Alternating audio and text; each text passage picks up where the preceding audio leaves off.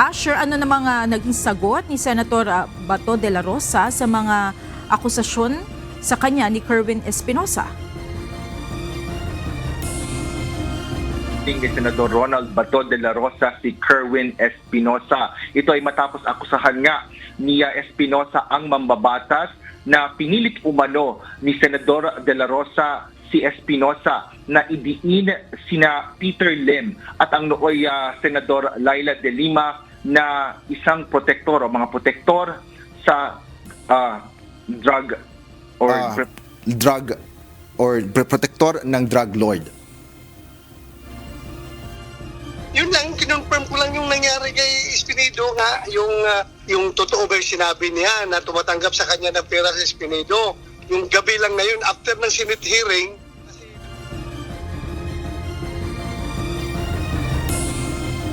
Paliwanag ni Senador de la Rosa, isang beses niya lang nakausap si Espinosa nang puntahan niya ito sa kulungan sa ilalim ng kustodiya ng National Bureau of Investigation. Sa totoo lang, ang totoo daw ay kapag titext niya si Espinedo, kung may nangangailangan ng pera, papadala niya ng pera, hindi daw sumasagot. Ang sinasagot daw mga Bible verses. Yun ang kuha niya, sabi niya. So yun lang ang so kung na-satisfied na ako doon sa kanyang sagot, ay umalis na ako. Yun lang gabi na yun, nag-usap kami at wala na kaming pinag-usapan. Paano ako magkuha pa ako na idiin si Peter Lim, anong makukuha ko doon? Na mayroon ng mga investigador na may hawak sa kanya?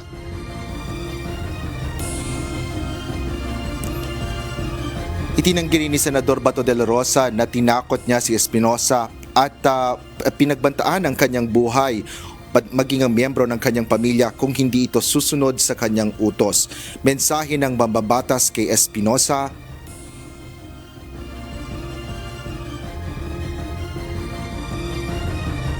No, in the first place, he is a drug lord.